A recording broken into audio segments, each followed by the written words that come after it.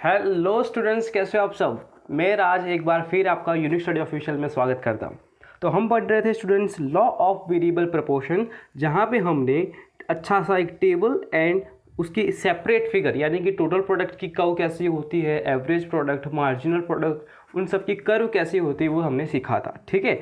और पिछले लेक्चर में फ्रेंड्स मैं एक चीज़ भूल गया था लिखनी, जो कि थी अजम्पशंस, तो वो आज कंप्लीट कर देंगे। साथ ही साथ हम देख लेंगे कि एग्जैक्ट फिगर आपको कैसे ड्रॉ करनी है। ठीक है। ये स्टेटमेंट जो है वो एकदम इजी है, जो मैंने टेबल में समझाया था वही है। अगर आप एक बार नोट्स में से भी रीड करोगे तो आपको पता लग जाएगा। ठीक है। और कोई प्रॉब्लम आती है तो फिर मैं बैठा हूँ। ठीक है। तो हमने अभी तक मीनिंग ख़त्म कर लिया है, स्टेटमेंट आप नोट्स में से पढ़ लेना, अजम्पशन मैं अभी करवा रहा हूँ, टेबल ख़त्म कर लिया है, और फिगर कैसे ड्रॉ करनी है मैं समझा दूंगा अभी। ठीक है। और नेक्स्ट लेक्चर में जो शायद आखिरी होगा वहाँ पे हम स्टेजेस सीख लेंगे, 3 स्टेजेस है वो स्टेजेस सीख लेंगे, फिर आपका जो लॉ ऑफ वेरिएबल प्रोपोर्शन है वो ख़त्म हो जाएगा। ओके। तो लेट्स स्टार्ट टुडेज लेक्चर। तो हम फर्स्ट आ जाते हैं अजम्पशंस पे कि कितनी अजम्पशन है। तो आप देख सकते हो टोटल 5 अजम्पशंस है जो आपको करनी है, सिर्फ इतना ही लिख के आना है, उसके डिटेल में नहीं जाना है। ठीक है। तो फर्स्ट अजम्पशन है only physical units of input and output are considered. ठीक है। तो यहाँ पे सिर्फ और सिर्फ फिजिकल यूनिट ही गिने जाएंगे, जो हम देख सकते हैं, जिसको हम 1 2 3 4 ऐसे करके गिन सकते हैं, वैसे यूनिट्स को यहाँ पे गिने जाएगा। क्वेश्चन आता है कि सर इनपुट्स क्या होते हैं। इनपुट्स यानी कि जो भी प्रोडक्शन के लिए हम यूज़ कर रहे हैं। ठीक है। मैं क्या बोला, जो भी प्रोडक्शन के लिए हम यूज़ कर रहे हैं उसे हम कहेंगे इनपुट्स। और अगर आप याद करोगे तो हम क्या कर रहे थे, टेबल आप याद करोगे तो यहाँ पे हमने नंबर ऑफ लेबर लिखा था और उसके बाद टोटल प्रोडक्ट लिखा था। ठीक है। तो लेबर 1 2 3 4 ऐसे करके लिखा था, और साथ ही साथ टोटल प्रोडक्ट लिखा था 30 80 ऐसे करके। ठीक है। यानी कि हम इनपुट क्या कर रहे हैं, यहाँ पे हम प्रोडक्शन करने के लिए क्या यूज़ कर रहे हैं, लेबर यूज़ कर रहे हैं। तो लेबर जो हो गए वो हमारे क्या हुए, इनपुट्स हो गए। ठीक है। और आउटपुट यानी कि क्या, जो भी प्रोडक्शन होके जो बन के आ रहा है। ठीक है। प्रोडक्शन की प्रोसेस से होके वो बन के आ रहा है, दिस इज़ अवर आउटपुट। तो अभी हमने लैंड का एग्जांपल लिया था, तो यहाँ पे मैं एक और एग्जांपल ले लेता हूँ कि हम सपोज उस लैंड पे गेहूँ उगा रहे हैं। ठीक है। तो गेहूं की जितनी भी मात्रा बन के आती है उसे कहेंगे हम आउटपुट। ठीक है। तो यहाँ पे इनपुट क्या हो गया हमारा, लेबर, और आउटपुट क्या हो गया हमारा, जो गेहूं है वो। अब जो भी उगा रहे हो दिस इज अवर आउटपुट। ठीक है। तो ये जो भी इनपुट और आउटपुट बन के आ रहा है वो क्या है, फिजिकल यूनिट से, यानी कि आप उसको देख सकते हो, उसको गिन सकते हो इस टाइप से। ओके। सेकंड जो अजम्पशन है वो क्या है, एक बार देख लेते हैं कि सेकंड अजम्पशन लिखा है कि there are some fixed factor and some variable factor. ये जो है मैंने ऑलरेडी बात कर लिया, हम जब मीनिंग वाला पोर्शन समझ रहे थे, जो लास्ट लेक्चर था उसके एंड में। ठीक है। वहाँ पे मैंने बताया था कि फिक्स्ड फैक्टर जो होता है वो होता है हमारा लैंड, और वेरिएबल फैक्टर जो है हमारा लेबर। ऐसा क्यों, एक बार बता देता हूँ मैं आपको कि हम जो ये लॉ ऑफ वेरिएबल प्रोपोर्शन पढ़ रहे हैं वो कहाँ पे वैलिड है, सिर्फ और सिर्फ शॉर्ट रन में वैलिड है। तो यहाँ पे आप चौथी अजम्पशन भी देख सकते हो कि applicable only in short run. ये सिर्फ शॉर्ट रन में ही वैलिड है, शॉर्ट रन में ही एप्लीकेबल है। ठीक है। तो शॉर्ट रन में क्या होता है फ्रेंड्स, कि अगर आपको अपनी जो ज़मीन है, आपकी जो लैंड है उसको बड़ा करना है। क्यों बड़ा करना है, कि आपके पास एक और रास्ता है। देखो मैं बताता हूँ उसको समझना।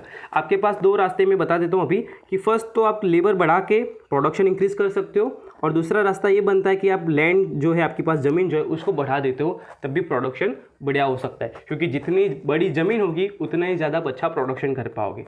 तो यहाँ पे एक रास्ता है लैंड को बड़ा करने का, बट ये शॉर्ट टर्म में पॉसिबल नहीं है। क्यों पॉसिबल नहीं है, क्योंकि अभी आपने देखो ये ज़मीन थी, उसको खरीदा है आपने, पूरे पैसे वहाँ पे लगा दिए, अब दूसरे पैसे आपके पास पड़े नहीं है, तो शॉर्ट रन में तो वो पॉसिबल नहीं है दूसरी लैंड को परचेस करना। ठीक है। शॉर्ट रन में तो दूसरी लैंड को परचेस करना पॉसिबल नहीं, क्योंकि पैसा ही नहीं है।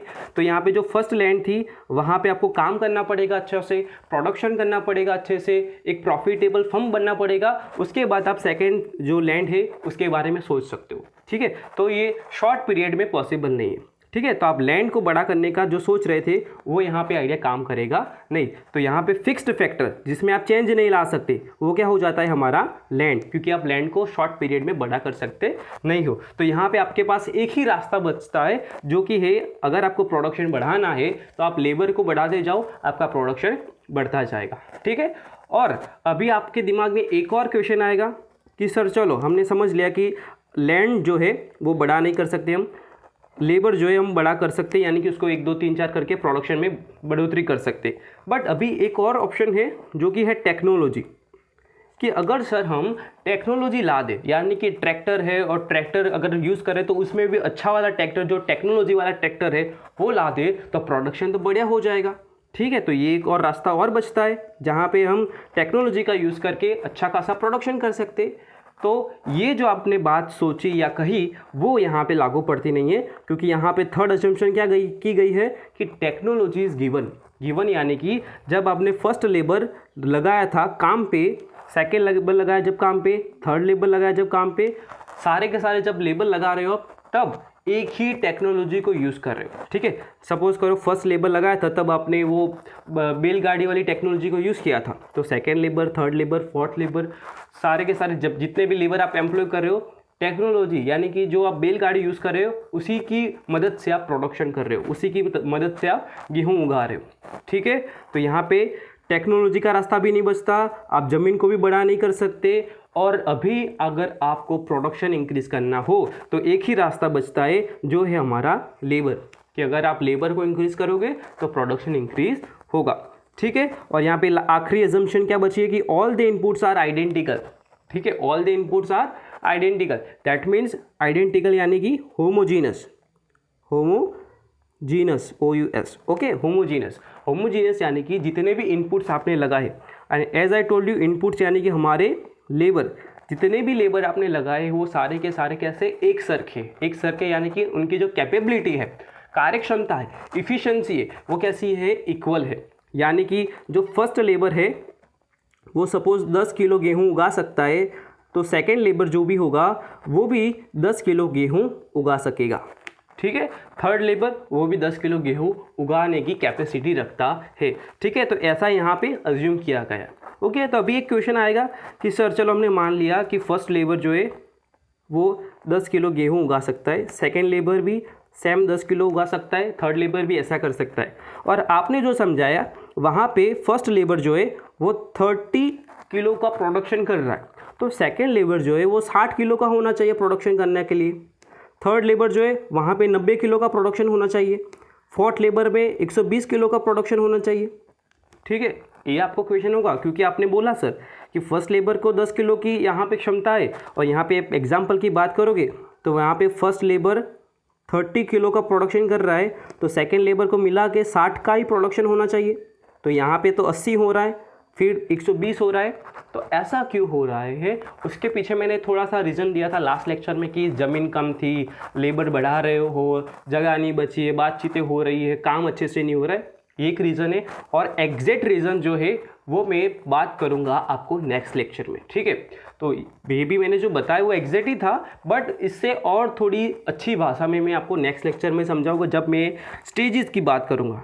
ठीक है, जो 3 स्टेजेस आते हैं वो स्टेजेस जब सिखवाऊंगा तब वो बात करूंगा। ओके, तो फिलहाल यहाँ पे असम्पशंस क्लियर हो जाती है हमारी, और आखिरी चीज़ इस लेक्चर की बचती है जो कि है हमारी फिगर। तो फिगर को कैसे ड्रॉ करना है, मैं एकदम ध्यान से आपको ये सोचना है, समझना है, देखना है, तभी आपको ये फिगर आएगी। अदरवाइज ये फिगर जो है आपके सिलेबस में से सबसे डिफ़िकल्ट मानी जाती है, और अगर आपने इसको सीखा नहीं तो प्रॉब्लम में आ सकते हो। ठीक है, तो let's start today's figure.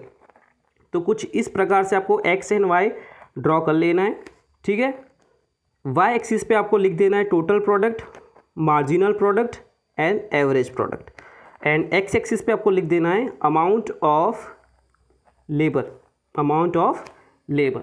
Okay, अब क्या करना है आपको, अपनी जो टोटल प्रोडक्ट वाली कर्व थी सबसे ऊपर वाली वो स्टार्ट करनी है। तो वो कुछ आपको इस तरीके से ड्रॉ करनी है। ठीक है, कुछ इस तरीके से आपको वो टोटल प्रोडक्ट वाली कर्व ड्रॉ करनी है। मैं यहाँ पे अपनी पेन से यूज़ कर रहा हूँ तो इसीलिए आपको कुछ एग्जैक्ट फिगर नहीं दिखेगी, बट ट्राई करना सीखने की तो आपको समझ में आ जाएगा। ठीक है, अब टोटल प्रोडक्ट में आपको एक चीज़ ध्यान रखनी है कि यहाँ वाला ये वाला जो पोर्शन है ये कुछ इस तरीके का होगा, इस तरीके का। ठीक है, फिर उसके बाद कुछ इस तरीके का पोर्शन आएगा, और आखिर में आपको ये नीचे ले जाना है। तो आपकी जो टोटल प्रोडक्ट कर्व होगी, let me draw it again, तो आपको अच्छे से पता लगे कि कुछ पहले इस प्रकार अंदर ले जाना है, फिर थोड़ा ऊपर ले जाना है, और फिर इस तरीके से कुछ इसको घुमा देना है। ठीक है, तो आपको कुछ एग्जैक्ट इस प्रकार की टोटल प्रोडक्ट कर्व देखने को मिलेगी। ओके, 1 मिनट, यस, इस तरीके की। ओके, तो टोटल प्रोडक्ट कर्व आपने ड्रॉ कर दी। अब जो मैक्सिमम पॉइंट यहाँ पे दिख रहा है सबसे ऊपर वाला, उसको नीचे खींच देना है कुछ इस तरीके से। ठीक है, इस तरीके से आप कर सकते हो। और मैंने आपको बताया कि टोटल प्रोडक्ट कर्व जो है पहले इस तरीके की होगी, फिर आपको कुछ इस तरीके का ड्रॉ करना है, फिर तीसरा पार्ट जो होगा वो इस तरीके से नीचे आएगा। ओके, तो यहाँ पे जो पॉइंट बन रहा है, यानी कि इस तरीके की कर्व और इस तरीके की कर्व को जो जॉइंट करता है, वहाँ पे हम क्या कर देंगे, एक पॉइंट कर देंगे। यानी कि आप देख सकते हो ये जो एक्चुअल कर्व है वो यहाँ पे ख़त्म होती है, यहाँ पे। तो मैं इस तरीके से नीचे लाइन ले लूँगा, फिर यहाँ पे एक दूसरा पोर्शन बन जाता है ऊपर वाला, जो मैंने बताया कुछ इस तरीके का पोर्शन बनता है। तो ये वाला ये पोर्शन है। ठीक है, ओके, इतना पता लग गया आपको। अब क्या करना है आपको कि अपनी जो स्केल है उसको कुछ इस प्रकार से रखना है। ठीक है, इस प्रकार से आपको उस स्केल को रखना है और आपको कुछ इस तरीके का पॉइंट मिलेगा जो नीचे खींच देना है। ओके, इतना पता लगा। Let me draw it again, तो आपको और अच्छे से क्लियर हो जाएगा। ओके, फर्स्ट हमने क्या किया, वाई एक्सिस और एक्स एक्सिस को ड्रॉ कर लिया, फिर हमने टोटल प्रोडक्ट कर्व को कुछ इस तरीके से ड्रॉ किया, फिर हमने जो मैक्सिमम पॉइंट था वहाँ से कुछ इस तरीके से अपना जो लाइन था वो नीचे खींच लिया। फिर हमने क्या किया कि ये जो इन्फ्लेक्शन पॉइंट, यानी कि जो कॉन्वेक्स कर्व जो थी और कॉनकेव कर्व जो थी, उन दोनों को जॉइंट करता है, वहाँ पे हम पॉइंट कर देंगे। Let me do it here, इस तरीके से। फिर आपको क्या करना है, अपनी जो स्केल है, स्केल को कुछ इस तरीके से रखना है, सीधी लाइन बने उस तरीके से। आप देख सकते हो यहाँ पे वो जॉइंट हो रहा है, तो यहाँ पे इस तरीके से नीचे ला देना है। ओके, इतना क्लियर। ओके, लेट मी, फिर आपको जो ये लाइन है उसको ड्रॉ करने की ज़रूरत नहीं है, आपको सिर्फ जो मापना है इसीलिए आपको इसको यूज़ करना है, और इसको यूज़ करने की कुछ ज़रूरत है नहीं। अभी आपको क्या करना है, आपकी जो मार्जिनल प्रोडक्ट कर्व थी उसको ड्रॉ करना है और कुछ इस तरीके से सबसे ऊपर इसको ले जाना है, फिर यहाँ से उसको नीचे ले जाना है। ठीक है, यहाँ पे मैंने क्या किया, जो फर्स्ट लाइन थी वहाँ पे मैंने मैक्सिमम पॉइंट तक ले गया, फिर जो थर्ड लाइन थी वहाँ से मैं एकदम नीचे ले गया। ओके, और ये हो गई हमारी मार्जिनल प्रोडक्ट कर्व। आखिर में हम ड्रॉ करेंगे हमारी जो एवरेज प्रोडक्ट कर्व है उसको। तो एवरेज प्रोडक्ट कर्व को आपको कुछ इस तरीके से यहाँ पे मैक्सिमम पॉइंट लेना है, फिर यहाँ पे डिक्रीज कर देना है। ठीक है, तो एवरेज प्रोडक्ट कर्व जो है वो सेकेंड लाइन है, वहाँ पे मैक्सिमम होगी। मार्जिनल प्रोडक्ट कर्व जो है वो जो फर्स्ट लाइन हमने ड्रॉ की थी वहाँ पे मैक्सिमम होगी, वो आपको ड्रॉ करना है, और आखिर में आपकी यहाँ पे नाम देना है ना एवरेज प्रोडक्ट। तो कुछ इस तरीके से आपको अपनी फिगर को ड्रॉ करना है। और एग्जैक्ट कैसे दिखेगी तो एक बात बता देता हूँ मैं आपको। तो एग्जैक्ट आपको कुछ इस तरीके की आपको फिगर देखने को मिलेगी, जहाँ पे मैं थोड़ा और बता देता हूँ कि ये रही आपकी टोटल प्रोडक्ट कर्व। ठीक है, तो जो मैक्सिमम पॉइंट है वहाँ से आपको लाइन नीचे खींच लेनी है। ठीक है, फिर आपको क्या करना है, ये आपका क्या हो गया, कॉन्वेक्स, ये हो गया आपका कॉनकेव। तो यहाँ से जो पॉइंट बन रहा है, ठीक है, तो ये पॉइंट आप देख सकते हो एफ पे, तो एफ से आपको ये लाइन नीचे खींच देनी है कुछ इस तरीके से। ठीक है, लाइन नीचे खींची, उसके बाद क्या करना है, एक स्केल की मदद से आपको लाइन को ऊपर खींचना है। लेट मी ड्रॉ अच्छे से, तो मैं इसको थोड़ा इरेज कर देता हूँ ताकि आपको समझने में आसानी रहे। ओके, आपको अपनी जो स्केल है उसकी यूज़ करके इस तरीके से स्केल का यूज़ करना है, और आप देखोगे कि अगर आप स्केल को एकदम स्ट्रेट रखोगे तो यहाँ पे बी पॉइंट मिल रहा है, तो बी पॉइंट से आपको अपनी लाइन जो है वो इस तरीके से नीचे खींच देनी है। तो 3 लाइन मिल जाएगी। जो फर्स्ट लाइन है वहाँ पे आपको एक मैक्सिमम पॉइंट तक आपकी लाइन जो है कुछ इस तरीके से ले जानी है, और आखिरी वाली जो लाइन है वहाँ से आपको इस तरीके से नीचे ला देनी है। सेकेंड लाइन जो है वो आपको यहाँ तक ले जानी मैक्सिमम, फिर आपको क्या करना है, ये नीचे ला देनी है। ओके, इस तरीके से आपको फिगर ड्रॉ करनी है। स्टार्टिंग में आपको लिखा गया कि बहुत डिफिकल्ट है, बट इसको प्रैक्टिस करोगे तो आपको अच्छे से आ जाएगी। ठीक है, इसमें कुछ ऐसा रॉकेट साइंस नहीं जो कि आपको नहीं आएगा। ठीक है, तो यस, आज का लेक्चर यहीं तक था। फिगर एक बार और देख लेना तो समझ में आ जाएगा। लेक्चर के साथ साथ आप एक बार ट्राई करो तो समझ में आएगा। और इस फिगर कहना क्या चाहती है, यहाँ पे आप स्टेजेस देख सकते हो, स्टेजेस क्या है, इन्फ्लेक्शन पॉइंट क्या है, उसके बारे में थोड़ा और चर्चा करेंगे हमारे नेक्स्ट लेक्चर में, जो कि होगा शायद आखिरी। तो वहाँ पे मिलते हैं, तब तक के लिए जलसा कर जो, आओ जो, बाय बाय।